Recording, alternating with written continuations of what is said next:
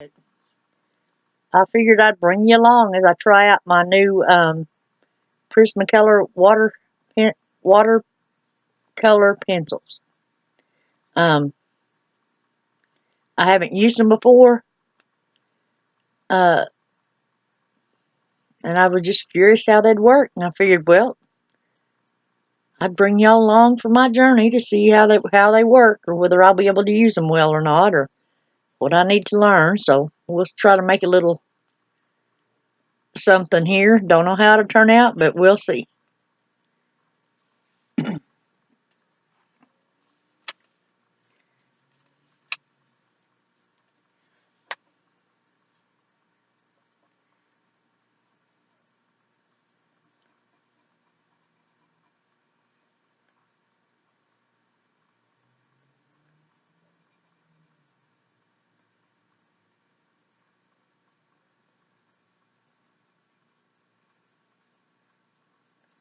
By the way, I use a pane of glass. It's a tempered glass that came out of a entertainment center, and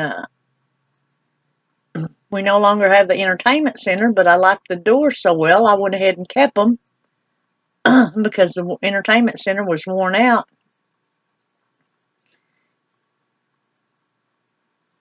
Figured I might find a use for them, and I did. The tempered glass doesn't have. I mean, it doesn't have any uh, scratches or gouges in it.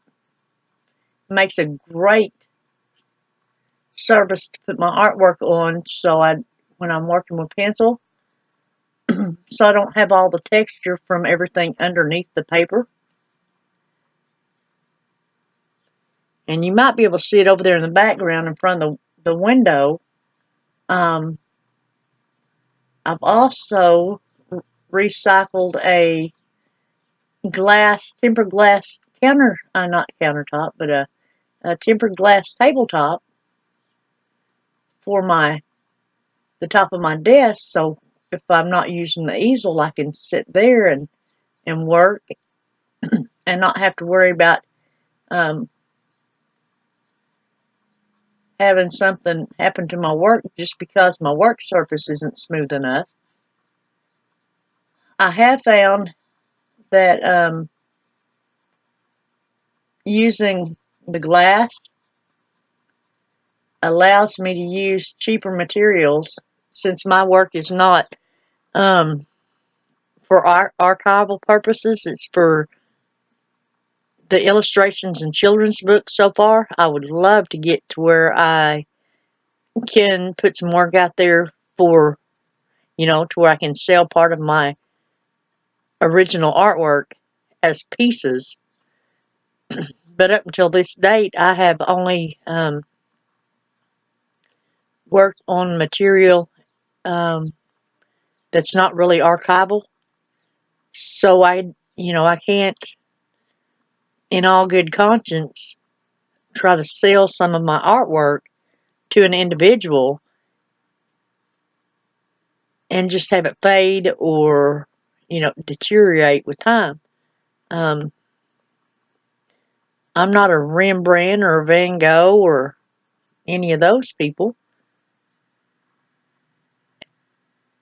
But I would, if somebody admires my work and wants to keep it, I'd sure like it to be around for their lifetime anyway, you know? It's just one of those things. But anyway, um, right here is my tempered glass. You probably can't see it very well on the on the video. I tape my paper down because this is a watercolor pencil, and I'm gonna have to get it wet. But this is sketch paper. It's a Strathmore. Oh, let's see if I can get this up there. This is what it is, just from Walmart. Cheap thing. Strathmore sketch paper. It's 50-pound weight or 74 I guess grams, G/M squared. So I guess that's grams. I don't know. But anyway, that's what I'm using. And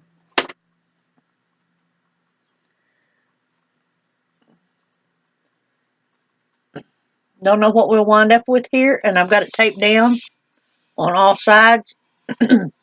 So if it does wrinkle some, that when it dries, I'm hoping that when it dries, it'll go ahead and smooth back out, smooth back out.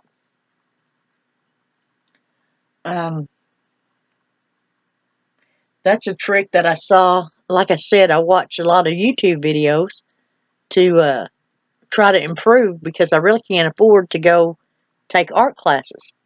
And the taping it down on all sides like this is a little trick that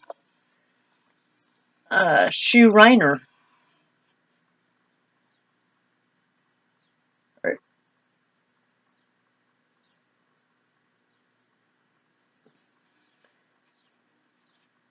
on his channel, what is it, Doodling with Shoe, or I don't remember, but anyway, he's in the UK and he's a great personality. He has a YouTube channel that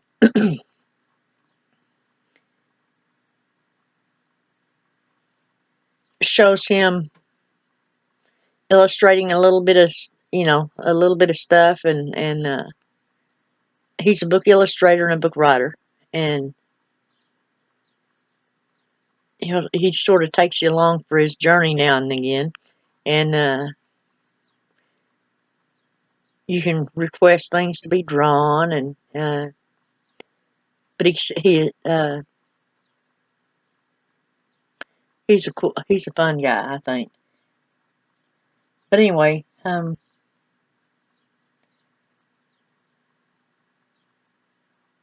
back to what we were doing here. Don't know how well this video will turn out. It's about like my artwork. My family and grandkids and friends like them because they know me. They know I might jump from 5 or 6 different subjects.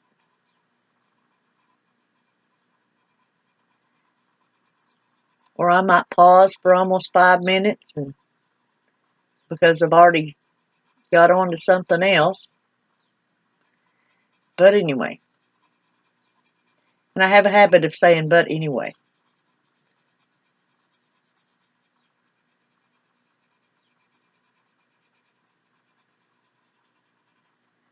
Let's see, what do we want here?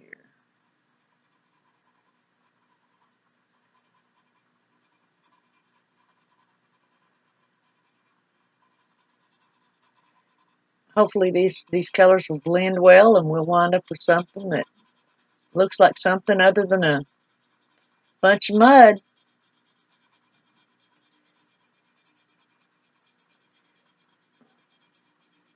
When I first started drawing and stuff, I had no idea that certain colors of blue would not mix with certain colors of red to make purple. The first time I wound up with mud on my page instead of purple, it was like, how did that happen? Then I started looking for people on the internet to find out why. Well, I didn't know that just because it said red, it wasn't red. It had a bunch of different colors in it. I didn't know that just because it said blue, it didn't have a bunch of other colors in the blue. I didn't know there were warm blues or cool blues. And truth is, I'm still working on the color thing, but I did buy me a color wheel. So now I know kind of what not to mix together to get mud, and I know what to get mixed together to grade things out if I need them grayed out. So hopefully, uh,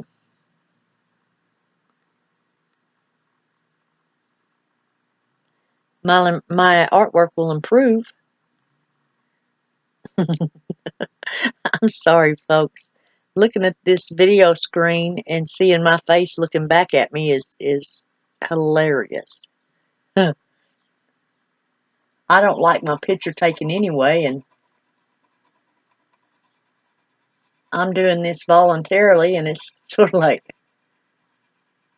a mind-blowing thing for me. Like I said in my last video, I'm painfully shy. Even around one-on-one, I'm great.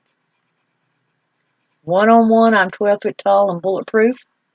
And if I have to, you know, to take care of things that need to be taken care of as a parent or a grandparent, I'm good in those situations because, hey, I am that. I'm the grandparent. I'm the mother. I can deal with these things. My kids need me to deal with these things, or my grandkids need me to deal with these things. But as far as me, the individual person that's not the grandmother, the person that's not the mother, the person that is just me, that's where I find difficulties.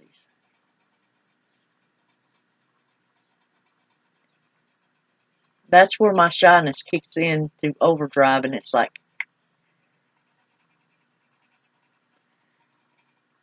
but if I don't, my grandkids see this, and my kids see this, and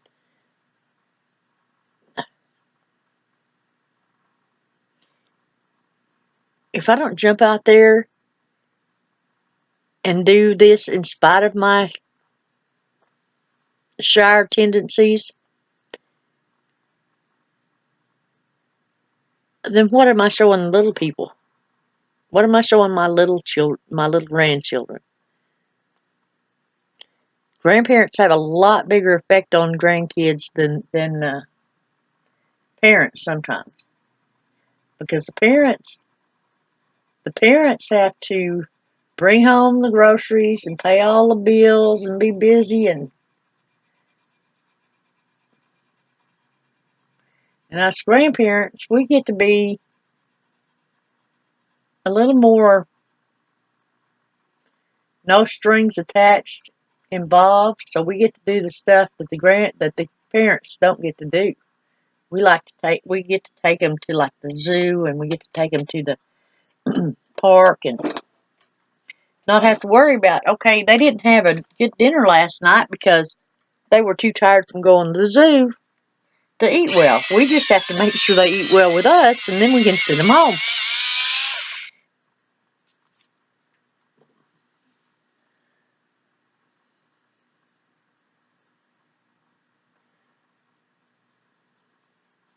Have our fun and teach them what we can teach them and love them all the way. And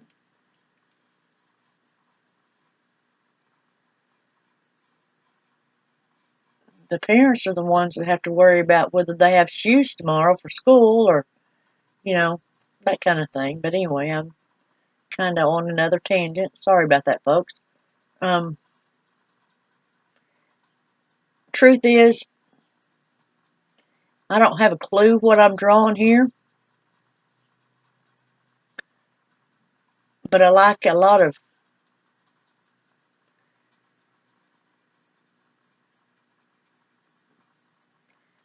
uh, blue in my sky because it brings the. I don't have to try for real photorealistic or hyperrealism. I have to go for what little kids, what young grade school children want, what they expect to see that catches their attention, that holds their interest. So I use more.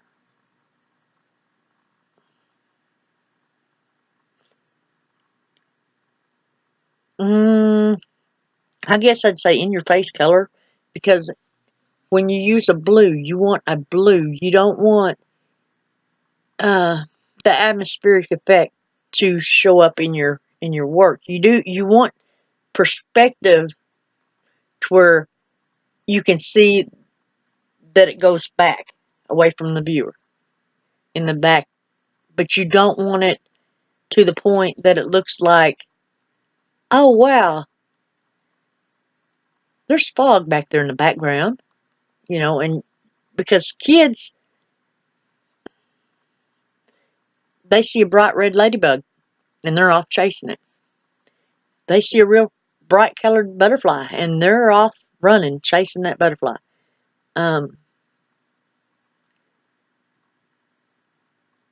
So in my work, I've found that the brighter the colors are, the more they just reach out and grab you, even if there is a contrast between the sky and the land in your picture. They're okay with that. It holds their attention a little bit longer than one that just fades in. And this is, this is with Linda and I going to schools and reading to the kids and getting feedback.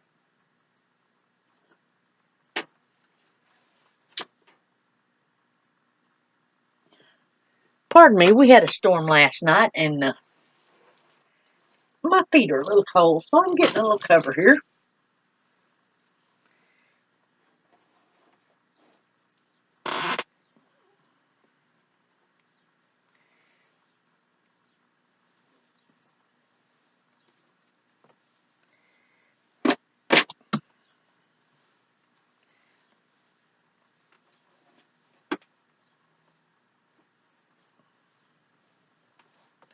Guess I should have done that first, but I didn't think about it.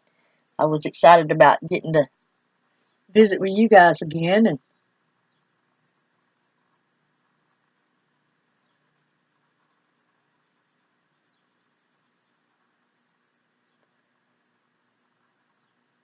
go away, fly. With the storm, the flies came in.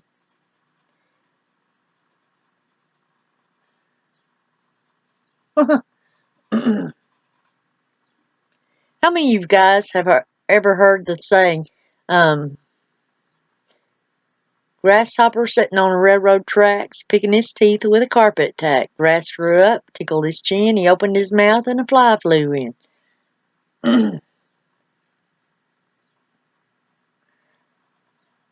And that's back to talking about, thinking about grandparents.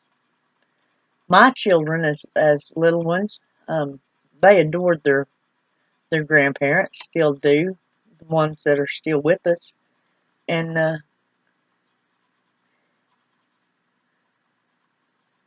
their grandpa, Charlie, used to say his ABCs backwards faster than most people could say them forwards.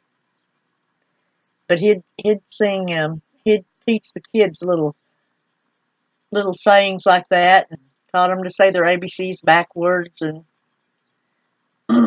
just generally spent time with them when we couldn't. He was an amazing fella. He was a World War II vet.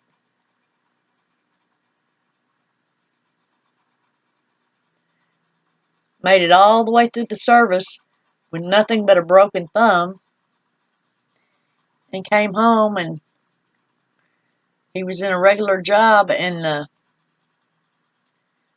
somebody driving while they were drunk hit him in a car, and he was a road crew flagman, and a drunk driver hit him. And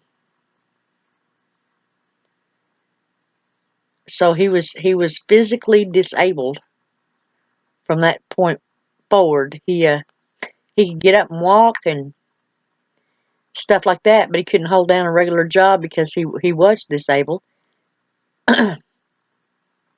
You know, he couldn't get out and do manual labor.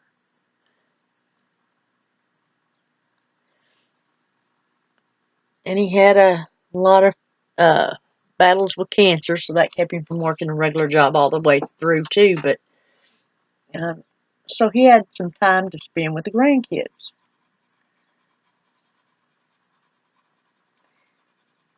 He had a service station that he ran and owned and various stuff like that after he was disabled. But, you know, I'm not really sure what we're going to do with these pictures yet.